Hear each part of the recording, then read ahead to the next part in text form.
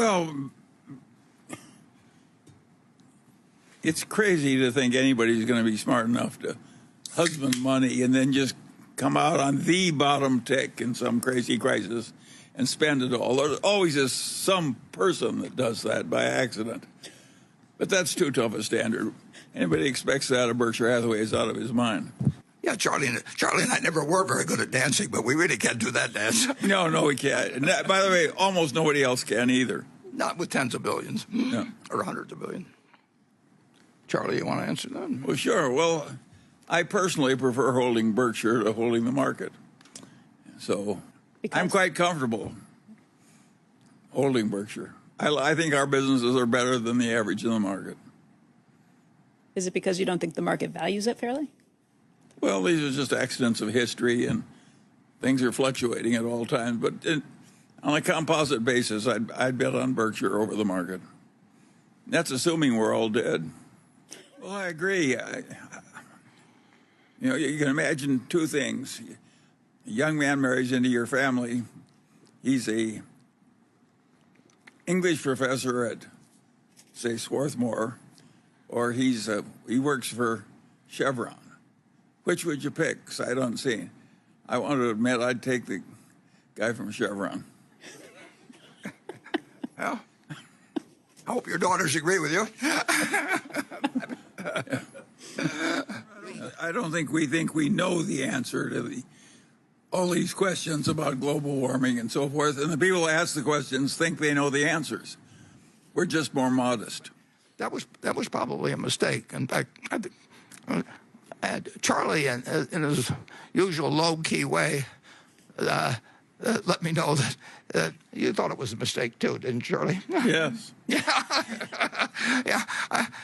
I could only do so many things that I could get away with Charlie, and I kind of used them up between Costco and Apple. So he very likely was right in both circumstances. It's an extraordinary business. Well, I also think it's clear that that list you showed of the leading American companies, it's been very important for America that we've done so well in this new tech field. And I personally would not like to see our present giants brought down to some low level by some anti-competitive reasonings. I don't think they're doing a lot of harm anti-competitively. I think they're a credit to our civilization. And they're huge. And they're huge, and that's good for us. And $1,400 does mean something to them. So we'll see where it all leads. But Charlie and I consider it the most interesting movie by far we've ever seen in terms of economics, don't we, Charlie? Yes, and the professional economists, of course, have been very surprised by what's happened. It reminds me of what Churchill said about Clement Attlee. He said he was a very modest man and had a great deal to be modest about. And that's exactly what's happened with the professional economists. They were so confident about everything. And it turns out the world is more complicated than they thought. Well, I think the modern monetary theorists are more confident than they ought to be, too. I don't think any of us know what's going to happen to this stuff. I do think there's a good chance that this extreme conduct is more feasible than everybody thought. But I do know if you keep just doing it without any limit, it will end in disaster. Yes, of course, I call it fee-driven buying. In other words, not buying because it's a good investment. They're buying it because the advisor gets a fee. And, of course, the more of that you get, the sillier your civilization is getting. And to some extent, it's a moral failing, too. Because the easy money made by things like SPACs and total return derivatives and so on, you push that to excess, it causes horrible problems for the civilization. And it reflects no credit on the people that are doing it and no credit on the regulators and voters that allow it. So I think we have a lot to be ashamed of in current conditions. But it's where the money is. Yeah, but it's shameful what's going on. Yeah. It's not just stupid, it's shameful. It's not. I don't regard it as shameful on a lot of the people that gamble. I mean, gambling is a very human instinct, and they've got money in their pocket, and they know somebody else that's made money who they don't think's any smarter than they are. No, I don't mind the poor fish that gamble. I don't like the professionals that take the suckers. Well, of course it's a lot harder. And I think one consequence of this present situation is that Bernie Sanders has basically won. And that's because everything boomed up so high and interest rates so low. What's going to happen is the millennial generation is going to have a hell of a time getting rich compared to our generation. And so the difference between the rich and the poor in the generation that's rising is going to be a lot less. So Bernie has won. He did it by accident, but he won. If you're repurchasing stock just a bullet higher, it's deeply immoral. But if you're repurchasing stock because it's a fair thing to do in the interest of your existing shareholders, it's a highly moral act. And the people who are criticizing it are bonkers. I think it's probably a mistake to be basically anti-capitalist. I think capitalism is what raises GDP for everybody. And I have also a feeling that Benjamin Franklin was right when he said that it's hard for an empty sack to stand upright. And to some extent, the prosperity of leading American institutions helps them behave better. Now, there are exceptions in promotional finance and so on, but by and large, Franklin was right. And so I'm a little wary of just constantly being mad at people because they have a little more money. Well, that's a very interesting question. I frequently said I wouldn't move across the street to save my children $500 million in taxes. So that's my personal view on the subject.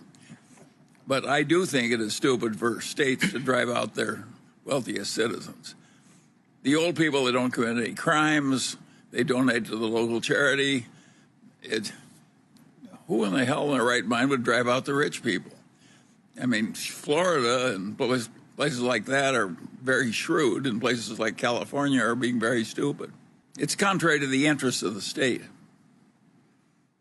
I'm just talking personally. I'm not advocating this public policy, but I wouldn't if they took it all. You know, it would not bother me. I mean, I guarantee it won't bother you. Yeah, that's what Charlie was. Charlie says you won't know. But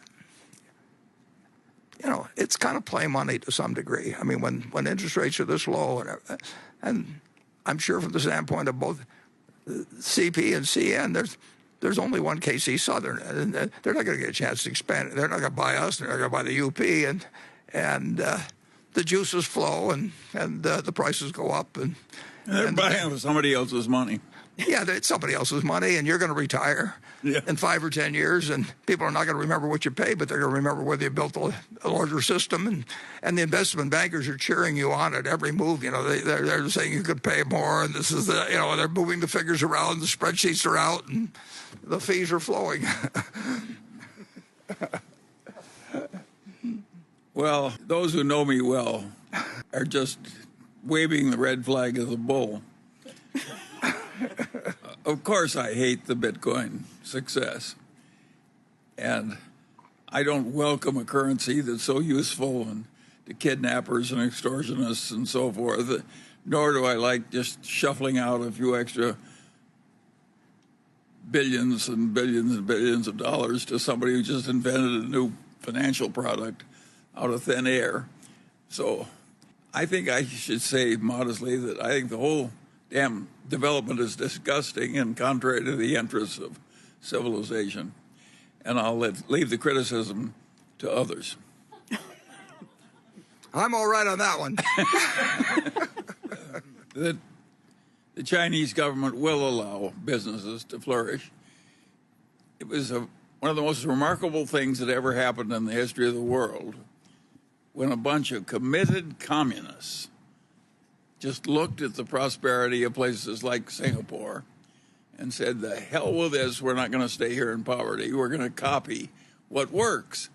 And they changed communism. They just accepted Adam Smith and added it to their communism. And said, now we have communism with Chinese characteristics, which is China with a free market with a bunch of billionaires and so forth.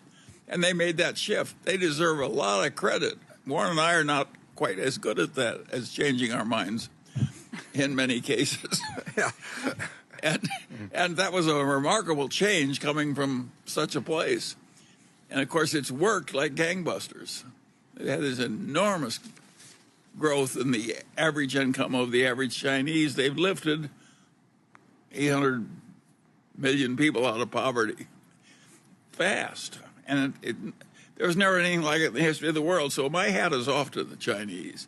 And I think they will continue to allow people to make money. They've learned it works. The Chinese, I loved what the guy said in the first place. I don't care whether the cat is black and white as long as it catches mice. That's my kind of talk.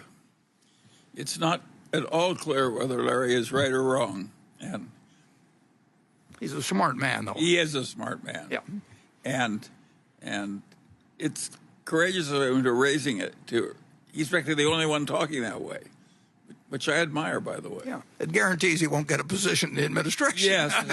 Well, that's one of the reasons I admire him. Yeah. And it not that there was anything wrong with having a position in the administration, but I think people who kind of tell it the way they think it is, I like it. So we'll see whether I write about it sometime. Charlie, you probably got some thoughts. He's had a ringside seat at a lot of. He's been on boards that I haven't been on. I mean, and it doesn't just extend to business. It goes beyond that, into education and into, well, a lot of areas. What's really interesting is the way you prattle out all the time. You're pounding back in even if it's wrong. And so one of my favorite remarks in the history of human remarks was by Sir Cedric Hardwicke, who is a great British actor. And he said, I have been a great actor for so long that I no longer know what I truly think on any subject.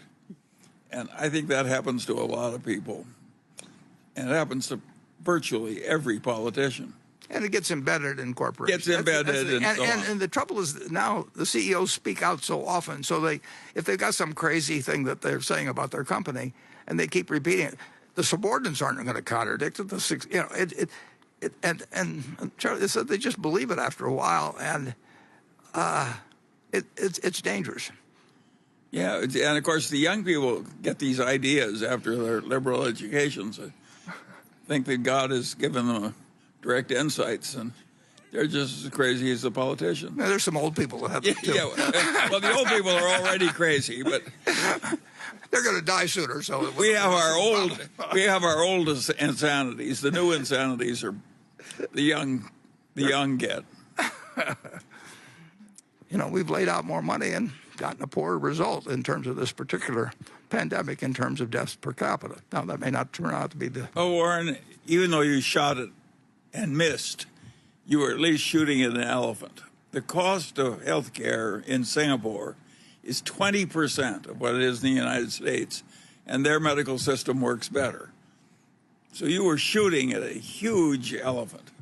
But as you found out, it's very hard to people to get very enthusiastic about losing part of their income. Oh, yeah. No, I said we were fighting a tapeworm. Yeah. In the American economy, and the tapeworm won. Yeah, the tapeworm. Yeah. That's exact. Good, wonderful phrase. The tapeworm. I'll have to copy that. Well, it wasn't a phrase we were looking for. Well, that is really waving the red flag of the bull.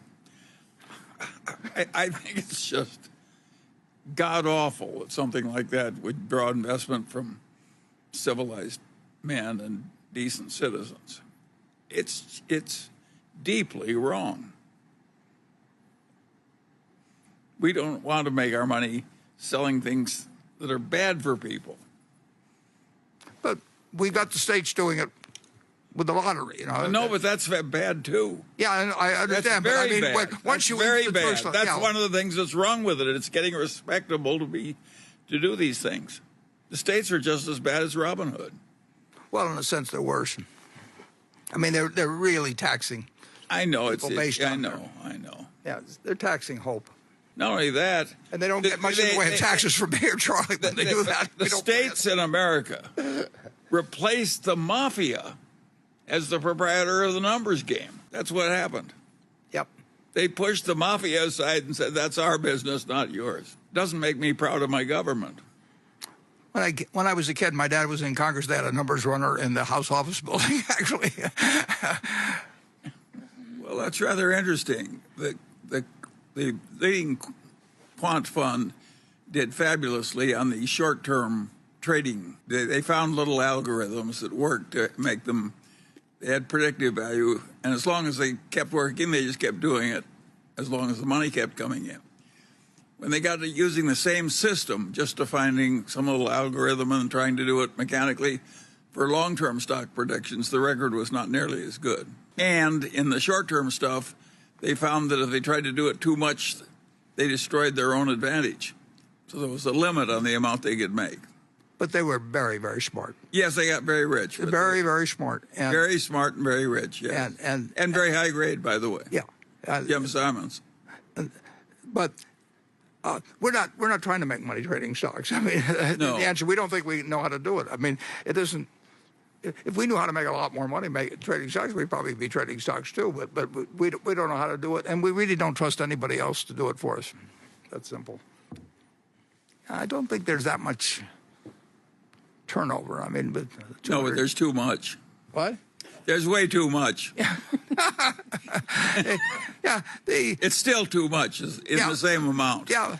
I'd agree with that. And we're not going to steel plants is going to be around for 50 years in some place where the population gets halved and the richer part gets cut dramatically, even more dramatically.